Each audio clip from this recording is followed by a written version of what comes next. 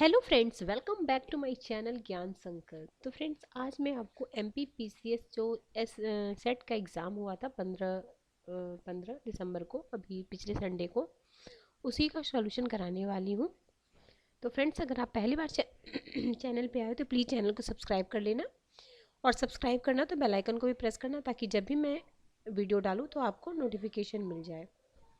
तो ठीक है फ्रेंड्स, स्टार्ट करें आज का क्लास। क्वेश्चन का level moderate, easy to moderate था, मतलब मॉडरेट लेवल का क्वेश्चन बोल सकते हैं इसको। हर एग्जाम में कुछ क्वेश्चन तो इजी होते हैं, उसी प्रकार इस एग्जाम में भी कुछ क्वेश्चन डायरेक्ट थे और कुछ एक दो क्वेश्चन एकदम फर्स्ट टाइम देखा गया था। तो क्वेश्चन का लेवल मॉडरेट लेवल का था, जैसा सेट एग्ज़ाम होता है वैसे ही लेवल था। ठीक है, स्टार्ट करें। देखो, एक शास्त्रीय संघीय सरकार के निम्न लक्षणों में कौन सा लक्षण भारत में विद्यमान नहीं है। हर एग्जाम में मैं बोलती हूँ, आजकल ये ट्रेंड है, नहीं वाला बहुत पूछा जाता है, तो नहीं बिल्कुल ध्यान दीजिएगा। देखो, ऑप्शन ए है सरकार के विभिन्न स्तरों में शक्तियों का विभाजन, ठीक है, विधायिका कार्यपालिका वो है। कौन सा लक्षण नहीं है पूछा जा रहा है, ठीक है। एक लिखित संविधान, हमारे यहाँ भी लिखित संविधान है हमारे यहाँ। संघीय विवादों के लिए सर्वोच्च न्यायालय, तो संघीय विवाद जब होता है तो दो राज्यों के बीच संघ में जो विवाद होता है तो उसका एक सर्वोच्च न्यायालय, ठीक है। आंसर इसका सी होगा, केंद्रीय व्यवस्थापिका में संघ की इकाइयों को समान प्रतिनिधि। तो हमारे राज्यसभा में समान प्रतिनिधित्व तो नहीं है, जिस प्रकार अमेरिका में है। सीनेट में हर स्टेट के लिए दो सीट निश्चित है, बट हमारे यहाँ तो स्टेट में हर सीट समान ही है। तो option C is the right answer. अगला क्वेश्चन है, राष्ट्रपति राष्ट्रपति किनको भारत के प्रधानमंत्री के रूप में नियुक्त करते हैं। बहुत ही इजी क्वेश्चन है, लोकसभा के सदस्यों के बहुमत नेता को वो करते हैं नियुक्त। अगला क्वेश्चन है, जो फ्रेंड्स इंग्लिश में क्वेश्चन देखना चाहते हैं, इस साइड इंग्लिश में भी क्वेश्चन है। आगे है, भारत की संविधान सभा चुनाव निम्नलिखित में से किस योजना की सिफारिश के अनुसार किया है। तो कैबिनेट मिशन की योजना के तहत हुआ हमारा। आगे है क्वेश्चन नंबर 54। थोड़ा सा मैं जूम कर दूं तो आपको क्लियर दिखेगा। हाँ, एक मिनट, थोड़ा और कर दूं। हाँ, अब देखो, थोड़ा सा मुझे इधर करना पड़ेगा। देखो, अलग या विषम विकल्प को चुनना है, ठीक है। देखो, पहले में ए में है राष्ट्रीय अल्पसंख्यक आयोग, भारत का एक राष्ट्रीय मानवाधिकार आयोग, फिर है राष्ट्रीय महिला आयोग, और आंसर हो जाएगा हमारा से, क्योंकि इनमें से भिन्न चुनना है। तो भारत के नियंत्रक महालेख ये संवैधानिक अधिकारी होते हैं, ये सारे वैधानिक ये संवैधानिक नहीं है, तो इसीलिए ये विकल्प में से विषम को चुनना था, ऑड वन आउट को चुनना था। तो इसमें सी आंसर हो जाएगा। इजी क्वेश्चन, इसको भी मानेंगे हम। कौन सी संवैधानिक संस्था भारत में राजनीतिक दलों को मान्यता देती है। बहुत इजी क्वेश्चन, भारतीय चुनाव आयोग। अगला है, और ये मैंने आपको पंचायत, अभी मैंने पिछले ही 2 दिन पहले ही कराया है, अच्छे से पंचायत से रिलेटेड जितने भी फैक्ट हैं वो सारा कवर कराया है, आप उसे देख सकते हो। मैं एग्ज़ाम यूथ पब्लिकेशन के एग्ज़ाम पॉइंटनर से कराई हूँ, और साथ में शॉर्ट्स के थ्रू मैंने इसके जितने भी आर्टिकल है वो भी डाल रखा अपने चैनल पे, ताकि ये आता ही है, ये UGC नेट लेवल का क्वेश्चन कहो तो ये वाला क्वेश्चन है। UGC नेट में भी आर्टिकल, पंचायत से रिलेटेड आर्टिकल आते हैं। किसी भी स्टेट का अगर आप असिस्टेंट प्रोफेसर का एग्ज़ाम दोगे, उसमें भी पंचायत से रिलेटेड 1 से 2 क्वेश्चन आते ही, उससे जो आर्टिकल है उससे संबंधित आते हैं, तो इसमें मैच करना था। सबसे पहले देखो 243, पहला तो 243 से स्टार्ट होता है, तो 243 में पंचायत के बारे में एक पंचायत होगा, और 243A में बोला गया है ग्राम सभा। तो सबसे पहले ए में हम 3 लगाते हैं तो एक से ही आंसर आ जाएगा, इसलिए इसको ज़्यादा टफ नहीं बोलेंगे, बस ग्राम पंचायत हो गया। और बी में क्या है, बी में पंचायत का गठन हो गया। सी में आपका है पंचायत की संरचना होगी, स्ट्रक्चर। और डी में है आपका सीटों का आरक्षण। ठीक है, नेक्स्ट क्वेश्चन इसका ए हो जाएगा। आगे चलते हैं, सॉरी इधर साइड है ना, 56 हो गया, 57 इधर होगा। हाँ देखो, विदेशों से ऋण लेने के संदर्भ में भारतीय राज्य विदेशों से ऋण ले सकते हैं, ठीक है। राज्यपाल की आज्ञा से विदेशों से ऋण ले सकते हैं। आपातकाल में विदेशों से ऋण ले सकते हैं, विदेशों से ऋण नहीं ले सकते। तो ऑप्शन डी ही होगा, क्योंकि मतलब स्टेट ऋण लेने के अधिकारी नहीं है, सेंट्रल से ऋण लिया जाता है। हाँ, सेंट्रल से अप्रूवल मिलके राष्ट्रपति तो भले स्टेट को दिया जाता है, बट ऐसे स्टेट ऋण नहीं ले सकता है। आगे है 58 क्वेश्चन, निम्नलिखित में से कौन सा कथन राज्यपाल के संदर्भ में सही नहीं है। तो देखो, राज्यपाल क्या होता है, भारत के राष्ट्रपति के प्रति उत्तरदायी होता है, ठीक बात। राज्यपाल को राष्ट्रपति के द्वारा उनके पद से हटाया जा सकता है। राज्यपाल को राष्ट्रपति के द्वारा मनोनीत किया जाता है। राज्यपाल राज्य की विधानसभा के प्रति उत्तरदायी होता है। ये मुख्यमंत्री थोड़ी, ये राज्य विधान सभा से इसका क्या मतलब है। तो option D is the right answer. ये भी आप इसको भी इजी क्वेश्चन में कर सकते थे। आगे है कि विधानसभा में तो वो उत्तरदायी जो उनसे चुन के जाते हों विधानसभा से, तो ये विधानसभा से तो चुन के जाते नहीं है। अगला है, निम्नलिखित में से कौन सा कथन राज्यसभा के संदर्भ में सही नहीं है। देखो, इनके सदस्य राज्यों की विधानसभाओं के निर्वाचित सदस्यों द्वारा चुने जाते हैं, ठीक है, चुने जाते हैं कुछ परसेंट। एक, यह संसद का अस्थायी सदन है, कौन सा है, राज्यसभा, ठीक है। संसद का स्थायी सदन ये विघटित कभी नहीं होता है ना, इसके सदस्य हर 2 साल पे 1/3 इलेक्ट होते रहते हैं, ठीक है। लोकसभा के समान ही शक्तियां एवं स्थिति है, ऐसी बात नहीं है, लोकसभा के प्रति थोड़ी इसकी शक्तियां तो अलग है। भारत में उपराष्ट्रपति राज्यसभा के अध्यक्ष के रूप में कार्य करता है, पदेन सभापति होता है, तो ये भी सही है। तो इसका आंसर क्या नहीं था ना, तो ये वाला सी हो जाएगा। आप 4 ऑप्शन पर क्या आसानी से कर सकते थे। अगला है, संविधान का कौन सा अनुच्छेद यह प्रावधान करता है कि भारत का राष्ट्रपति सर्वोच्च न्यायालय से सलाह ले सकता है। एकदम डायरेक्ट क्वेश्चन है और कई बार एग्जामों में आया 143, ठीक है। 143 है। अगला है, इधर आप इधर चलते हैं, कितना क्वेश्चन, 60 क्वेश्चन हो गया 61 से। 61 में क्या बोल रहा है, हाँ, स्वाधीनता के पश्चात भारतीय अर्थव्यवस्था के विकास हेतु नियोजन अर्थव्यवस्था को अपनाया गया, इसके मुख्य उद्देश्य थे। तो देखो, अब सबसे पहले तो हम सब उद्देश्यों को पढ़ते थे। क्या बोलते, स्वाधीनता के पश्चात भारतीय अर्थव्यवस्था के विकास हेतु नियोजित अर्थव्यवस्था को अपनाया गया।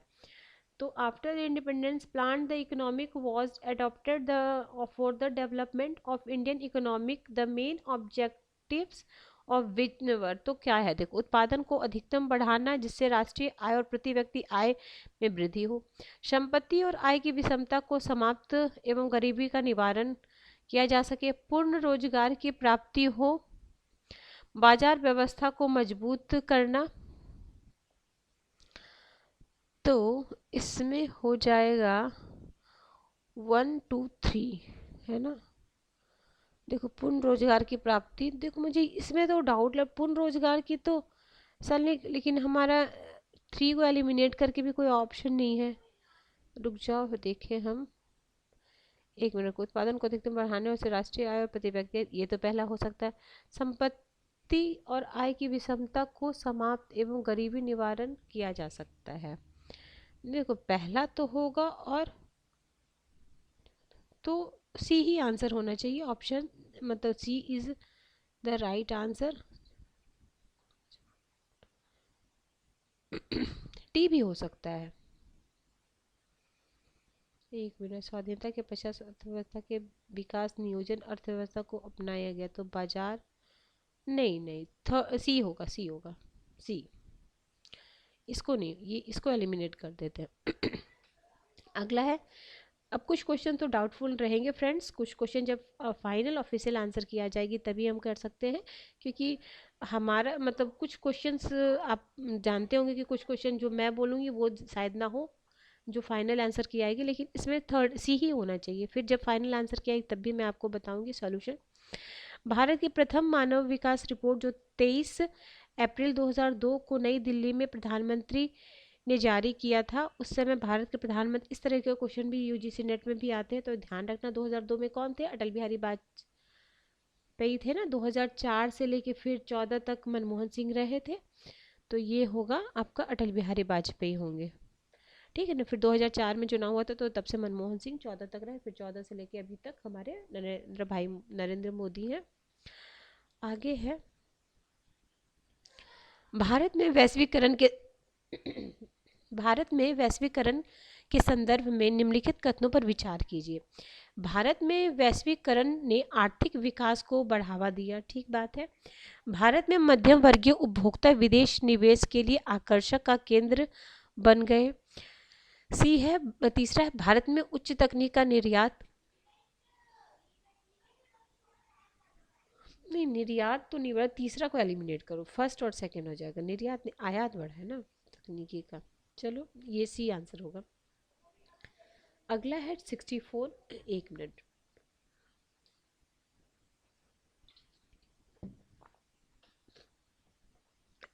सिक्सटी फोर बोल रहा, भारत में धर्म और राजनीति की अंतर्क्रिया के संदर्भ में निम्नलिखित कथनों पर विचार कीजिए। तो देखो, पंथ निरपेक्ष राजनीति का मार्ग कमजोर हुआ और यह राष्ट्रीय एकता के मार्ग में बाधक नहीं होता। नहीं, क्या है, धर्म के आधार पर प्रत्येक राज्य की मांग की जाती है, नहीं धर्म के आधार पर तो मांग नहीं की गई थी। राष्ट्रीय एकता तो मार्ग में बाधक होती है, तो पंथ निरपेक्ष कमजोर हुआ, पंथ निरपेक्ष राजनीति का मार्ग कमजोर हुआ है, तो फर्स्ट और third option A is right answer. अगला 64, नेक्स्ट चलते हैं 65। देखो, भारत में अनुसूचित जाति और जनजाति के राष्ट्रीय आयोग के गठन की घोषणा भारत सरकार के द्वारा किस वर्ष हुई? घोषणा तो ये हो जाएगा, ठीक है, गठित हुई थी इतना, तो option B is the right answer. घोषणा हुई थी तो अनाउंस तो बी आंसर होना होगा। भारतीय भारत में जाति की भूमिका प्रसिद्ध कास्ट इन इंडियन पॉलिटिक्स, ये तो रजनी कोठारी का कई बार एग्जाम में आया हुआ है। ये है महात्मा ज्योतिबा फुले ने 1873 में सत्यशोधक समाज की स्थापना सुधार हेतु कौन से राज्य में किया? महाराष्ट्र। देखो इसमें आपको बहुत अच्छी बात है, देखो 1873 में सीधे क्वेश्चन यूजीसी नेट में पूछा गया था, सत्यशोधक समाज की स्थापना किसने की, तो ज्योतिबा फुले की। डेट भी आपको पता चले तो अच्छा। हर स्टेट का क्वेश्चन करने से ना, इस क्वेश्चन में जैसे आपको दो तीन चीज़ें याद मतलब पता चले, महाराष्ट्र में हुआ, ज्योतिबा फुले ने किया, कब किया, तो तीन चार चीज़ें, तो जितनी ज़्यादा अगर आप पॉलिटिकल साइंस के स्टूडेंट हो, अगर आप एमपी के नहीं भी हो तब भी इस क्वेश्चन को ज़रूर सॉल्व करो। और कुछ क्वेश्चन अच्छे लेवल के थे, ऐसा नहीं है कि सारे इजी ही क्वेश्चन थे। अब तो यूजीसी नेट में भी इजी ही क्वेश्चन आते, तो इजी क्वेश्चन आते तभी तो कट ऑफ इतनी हाई जाती है ना। आप देखे होगे क्वेश्चन का लेवल अब इजी यूजीसी नेट में भी ज़्यादा टफ नहीं है, लेकिन हाँ इसलिए कट ऑफ ज़्यादा जाती है। भाषा के आधार पर भारत में गठित प्रथम राज्य कौन था? तो ये सबको पता, आंध्र प्रदेश था, ठीक है। अगला है हमारा 69।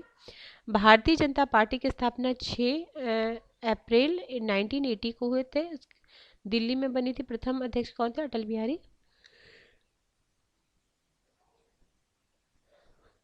अगला ये भी बहुत दल बदल कानून, ये तो 52वां संवैधानिक संशोधन, जो वो है वो मैं जल्दी जल्दी करा देती हूँ। आगे है ये किनका? जब तक लोक प्रशासन का अध्ययन तुलनात्मक नहीं बनाया जाता तब तक इसके विज्ञान होने का दावा खोखला ही बना रहेगा, ये रॉबर्ट डहल का है।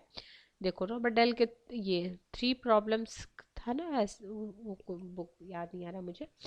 जब तक लोक प्रशासन का अध्ययन तुलनात्मक नहीं हो जाता तब तक इनके विज्ञान होने का दावा खोखला है, तो ये रॉबर्ट डहल का है कथन, आप कथन को लिख सकते हो।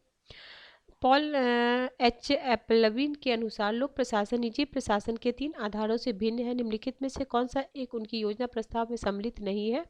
तो लेखांकन और लेखा परीक्षण ही, और क्या क्या है? राजनीतिक उद्देश्य, प्रभाव, विचार की व्यापकता, लोक जवाबदेही, ये तीनों, ये तीसरा नहीं है। पारिस्थितिकी उपागम के संदर्भ में सही कथन का चयन किया, इसके प्रणेता फ्रेडरिक रिक्स है, सही बात है। यह बेवरियन प्रतिमान के निकट है, यह अध्ययन के अंतर अनुशासन विधि है, ठीक, ये भी सही है। ये नहीं है, मानव संबंध प्रकट नहीं, इसका फर्स्ट एंड थर्ड हो जाएगा।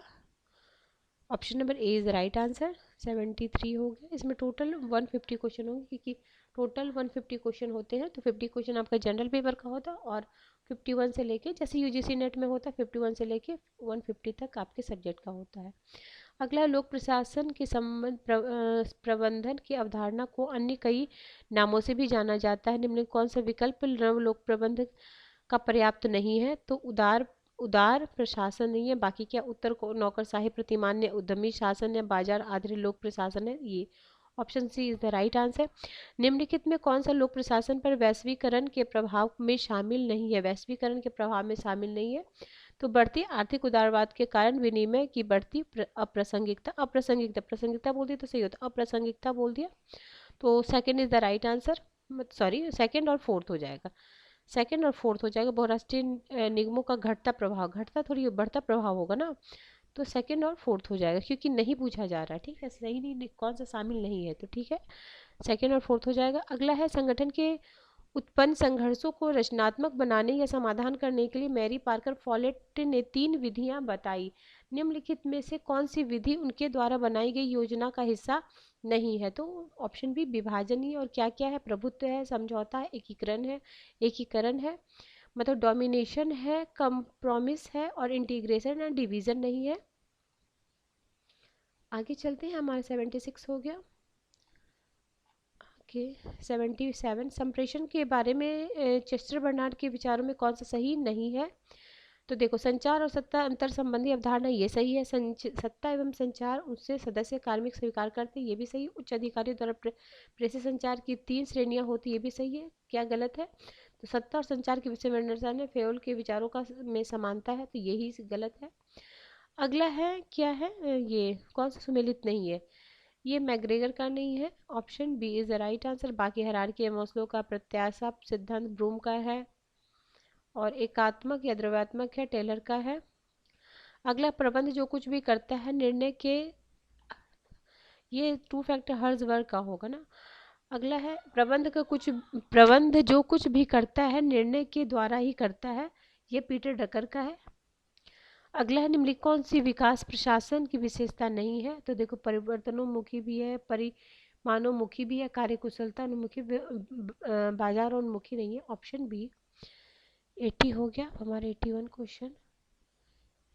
81 क्वेश्चन क्या है? निम्नलिखित में कौन सुशासन का एजेंडा बिंदु नहीं है? तो भ्रष्टाचार रहित प्रशासन, ये नहीं है, ऑप्शन डी। अगला, लोक लेखा समिति का भारतीय राजनीतिक जीवन में उदय 1896 के सिफारिश के साथ जुड़ा हुआ असर्टन समिति, ऑप्शन सी। अगला है, निम्नलिखित में कौन भारतीय प्रशासनिक संस्कृति की विशिष्ट विशेषता नहीं है? तो ये हो जाएगा, व्यक्ति उन्मुख नहीं होगा, ऑप्शन बी होना चाहिए। ऑप्शन बी और सी में मुझे कंफ्यूजन है, ऐसा ऑप्शन बी में लगाती हूँ। अगला है, शिक्षा का अधिकार आरटीआई कब लागू हुआ? 2010 में लागू पूछ रहा है ना, ठीक है, अप्रैल 2010 में। किस राज्य में सर्वप्रथम लोकायुक्त संस्था की स्थापना? देखो, लोकायुक्त विधेयक सबसे पहले उड़ीसा में आया था, लेकिन जो लोकायुक्त की संस्था की स्थापना वो महाराष्ट्र में हुआ था। संथानम समिति की स्थापना किसमें? वो भ्रष्टाचार के लिए हुआ था, भ्रष्टाचार निरोध के लिए, उसके लिए बनाया गया था संथानम, 1964 में। अगला है, ई गवर्नेंस की 4 प्रकार की परस्पर प्रक्रिया निम्नलिखित में कौन सा नहीं है? तो देखो, सरकार से नागरिक, सही बात है। सरकार से व्यवसाय सही, सरकार से कर्मचारी सही, सरकार से सरकार भी है, सरकार से न्यायालय नहीं, ये नहीं होगा, ठीक है। गवर्नमेंट टू गवर्नमेंट भी, government to civil, government to व्यवसाय या बिजनेस, गवर्नमेंट टू एम्प्लॉय, बस गवर्नमेंट टू गवर्नमेंट, ये नहीं है, न्यायालय नहीं है। किस धारा के अंतर्गत राष्ट्रीय ग्रामीण रोजगार गारंटी अधिनियम 2005 के तहत ग्राम सभा सामाजिक परीक्षा करता है? तो धारा 17। निम्नलिखित में से कौन सा कथन MGNREGA के संबंध में सही है? तो यही मनरेगा वाला की बात बोल रही है, तो सारा सही है। देखो, कम से कम 100 दिन, फिर रोजगार स्वरूप आकस्मिक शारीरिक श्रम 5 किलोमीटर की, उपयुक्त सही, ऑप्शन डी। ये है, निम्नलिखित कौन सा सर्वोत्तम मॉडल का अवयव है? तो देखो, नागरिक चार्टर, लोक शिकायत निवारण है, सेवा डिलीवरी क्षमता, उपयुक्त सभी है, ऑप्शन डी। देखो, इस तरह के क्वेश्चन अगर आपको नहीं आता ना, तो अगर पॉजिटिव दिखे ना, तो उपयुक्त सभी लगा देना। उसमें से कोई एक निगेटिव दिखे तो उसको एलिमिनेट कर देना, यही एक ट्रिक होता है। अगर आपको जैसे जो क्वेश्चन नहीं आता है, तो उस क्वेश्चन को कैसे हम डील करेंगे उसकी बात मैं बता रही हूँ आपको।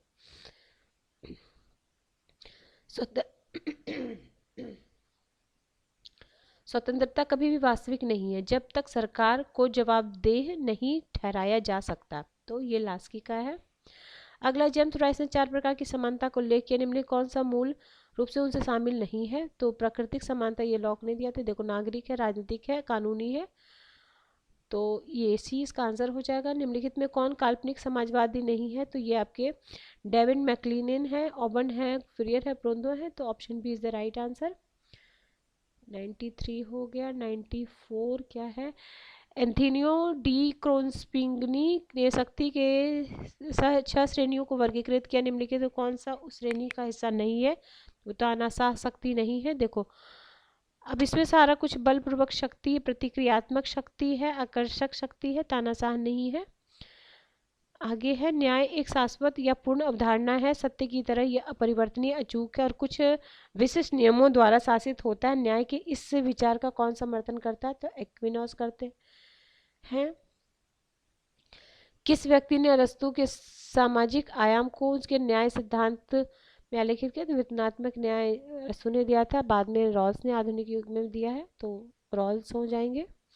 97 औद्योगिक लोकतंत्र शब्द किसने गढ़ा? तो सिडनी और ब्रिटेन। देखो अब जो जो गढ़ा ना वो आप एक जगह लिख लो तो बहुत अच्छा रहेगा।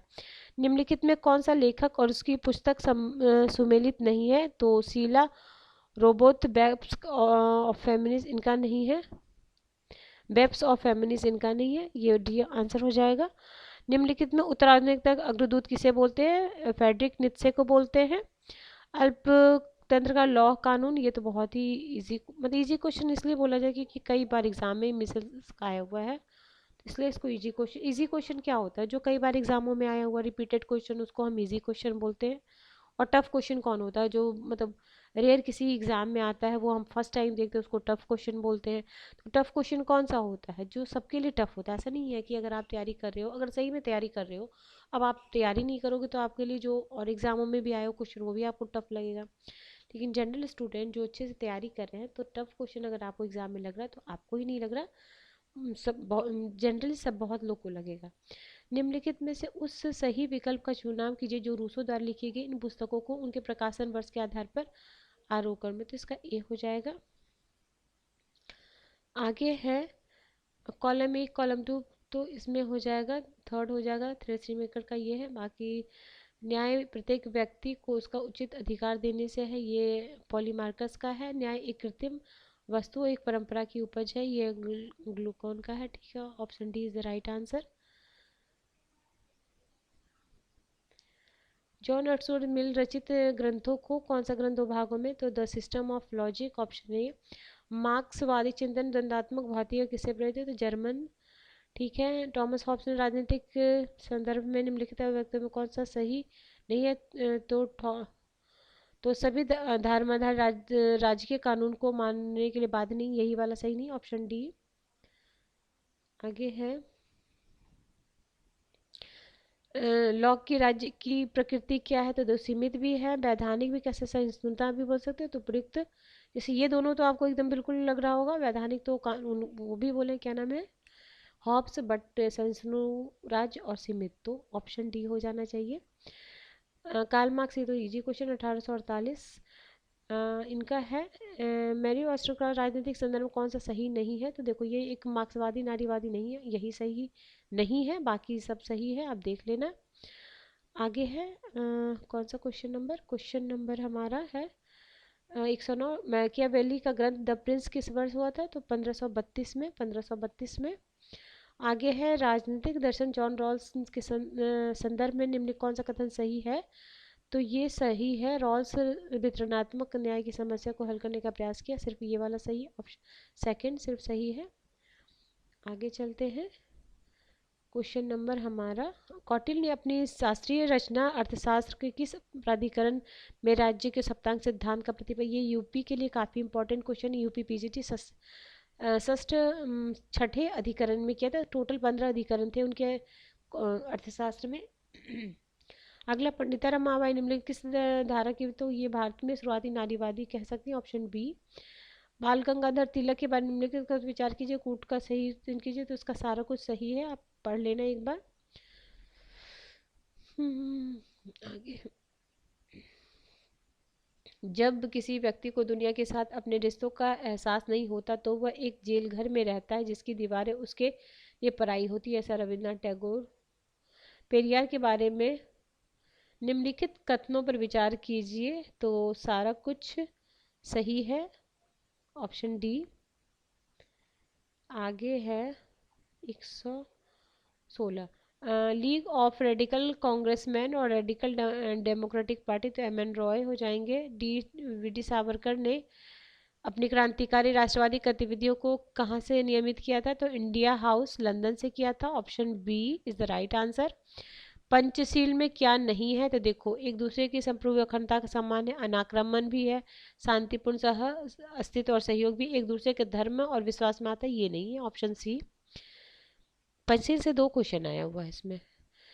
निम्नलिखित में किसने दलविहीन? तो दलविहीन जयप्रकाश नारायण हो जाएंगे। निम्नलिखित किस वर्ष दीनदयाल उपाध्याय जनसंख्या अध्यक्ष बने थे? 1969। ये आपके नेट में इसको रिपीट किया जा सकता है, ये ध्यान रखना, क्योंकि जनसंघ इसके बारे में काफ़ी क्वेश्चन आ जाते हैं। निम्नलिखित में कौन सा तार्किक चयन संस्था दृष्टिकोण की विशेषता नहीं है? यूपी में के लिए भी इम्पोर्टेंट है। तो यह अपने दृष्टिकोण में आगमनात्मक नहीं निगमनात्मक था, तो यही सही नहीं है। जो तो तार्किक चयन संस्था दृष्टिकोण का विशेषता कौन सा नहीं है? तो ये ऑप्शन सी नहीं होगा। अगला है, निम्नलिखित में किसने नागरिक संस्कृति को लोकतांत्रिक से राजनीतिक संस्कृति की संज्ञा दी? तो ग्रेबिल आलमंड और जिनीवा, आसान है। आगे है, देखो, निम्नलिखित में से कौन उपनिवेशवाद की चयन विशेषता है? तो दोनों सही है। श्रमिक का असमान विनिमय और उत्पादन संपादन का बहिर्गमन और राजनीतिक आधिपत्य। तुलनात्मक राजनीति के जनक कौन है? अरस्तू है, उन्होंने 158 संविधान का अध्ययन किया था। Constitutionalism and the separations of powers, तो एम जे सी विले का है, option A is the right answer. आधुनिक कैडर पार्टी की अवधारणा में किसने दी? तो मॉरिस डुवर्जर ने दिया था, ऑप्शन बी। आगे है, किसने कहा दबाव समूह ऐसी अभिवृत्ति समूह है जो समाज के अन्य समूहों पर कुछ दावे करती है? तो डेविड ट्रूमैन ने कहा था, डेविड ट्रूमैन। आगे लेसस फेयर शब्द किस प्रकार के राज्य की अवधारणा है? तो देखो, कोई नहीं होगा, क्योंकि उदारवादी राज्य की अवधारणा है। मैक्स वेबर नौकरशाही का सिद्धांत पश्चात से कहाँ से लिए थे? तो फ्रेंच से, फ्रेंच। अगला है, निम्नलिखित में सैमुअल हंटिंगटन द्वारा लिखी गई किताब, तो उपरोक्त में से कोई नहीं है। आगे है, संयुक्त राष्ट्र सुरक्षा परिषद में कितने अस्थायी सदस्य और कितने वर्ष के? तो 10 सदस्य, और उनका कार्यकाल 2 वर्ष होता है, ऑप्शन सी। निम्नलिखित कौन से पुस्तक वाले नव यथार्थवाद पर लिखी गई है? तो थ्योरी ऑफ इंटरनेशनल पॉलिटिक्स। आगे है, विश्व व्यापार संगठन प्रथम सिंगापुर। और निम्नलिखित में कौन सम्मेलन युद्धबंदियों के व्यवहार के संबंध में नियम स्थापित किए गए हैं? तो जेनेवा अभी समय 1949। आगे है, 11 सितंबर आतंकवादी हमलों के बारे में अंतर्राष्ट्रीय आतंकवाद मुकाबला करने के लिए 2001 में संयुक्त राष्ट्र की सुरक्षा परिषद द्वारा पारित 2 महत्वपूर्ण प्रस्ताव क्या था? तो संकल्पना 1368 और 1373 था। रेजोल्यूशन 1368 और 1373 था। अंतर्राष्ट्रीय संबंध में आदर्शवाद और निम्नलिखित किसका समर्थन नहीं किया गया है? तो अंतर्राष्ट्रीय संतुलन बनाने के लिए युद्ध की आवश्यकता, आदर्शवाद युद्ध की आवश्यकता क्यों बोलेंगे? शक्ति की अवधारणा निम्नलिखित तो कौन सा गलत है? तो बल प्रयोग पर कर शत्रु को परास्त करना, ऑप्शन सी। आगे है, 138 सामूहिक सुरक्षा मान्यता निम्नलिखित में कौन सही है? तो आक्रमण को रोकने में सभी की समान रुचि, ऑप्शन नहीं, सारा हो जाएगा, ऑप्शन डी हो जाएगा, ठीक है। संयुक्त राष्ट्र चार्टर पर राष्ट्र द्वारा किस सम्मेलन में हस्ताक्षर के? सैन फ्रांसिस्को सम्मेलन। संयुक्त राष्ट्र के प्रथम महासचिव सबको पता ट्रेगवैली है।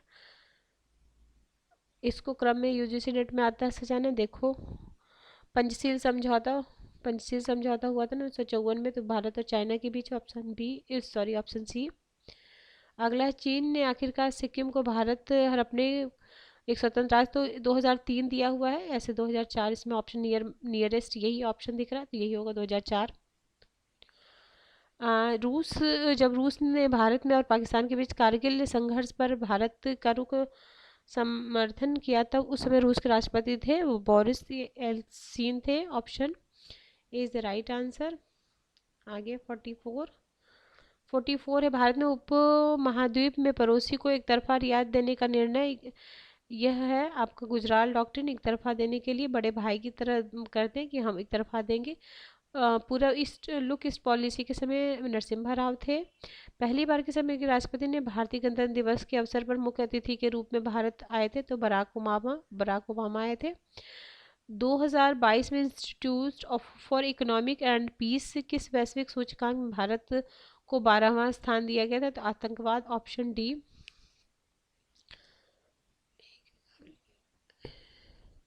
निम्नलिखित में कौन सा एक भारतीय विदेश नीति के अंतर्गत सम्मिलित नहीं है, तो देखो, पंचशील भी है, गुटनिरपेक्ष भी, शांतिपूर्ण शास्त्र भी, शक्ति संतुलन नहीं है। भारत की परमाणु नीति क्या है, दोनों है, मतलब नाभिक के शस्त्रों का पहल नहीं करना और विश्वसनीयता न्यूनतम निवारण, ये दोनों सही है। G4 में क्या है, बेल्जियम होगा ना, ये नहीं होगा, दक्षिण अफ्रीका नहीं, option B is the right answer. ठीक है फ्रेंड्स, हमने आज 150 क्वेश्चंस जो भी MP सेट में पूछा गया था, अभी 15 दिसंबर को हुआ था एग्ज़ाम, तो इसका सॉल्यूशन कराया। अगर आपको किसी वजह से ये चैनल हेल्प कर रहा है तो प्लीज़ चैनल को सब्सक्राइब कर दे, बेल आइकन को प्रेस करें, ताकि जब भी मैं वीडियो डालूँ तो आपको नोटिफिकेशन मिल जाए। और मेरे चैनल पे आपको पॉलिटिकल साइंस की काफ़ी बेहतरीन क्लासेस मिलेंगी, काफ़ी सारे प्रैक्टिस सेशन में थ्योरेटिकल पार्ट को भी करा रखा है, तो आप देख सकते हो। एक बार चैनल पे आए तो प्लेलिस्ट को भी चेक करना, आपको काफ़ी बेनिफिशियल क्लासेस मिलने वाली है। तो मिलते हैं, और मेरे चैनल पर बने रहें, हर दिन मैं आपके लिए बेहतरीन क्लासेस दे के आने की कोशिश करती हूँ। तो मिलते हैं हम नेक्स्ट वीडियो में। Till then bye bye, keep watching and keep sharing.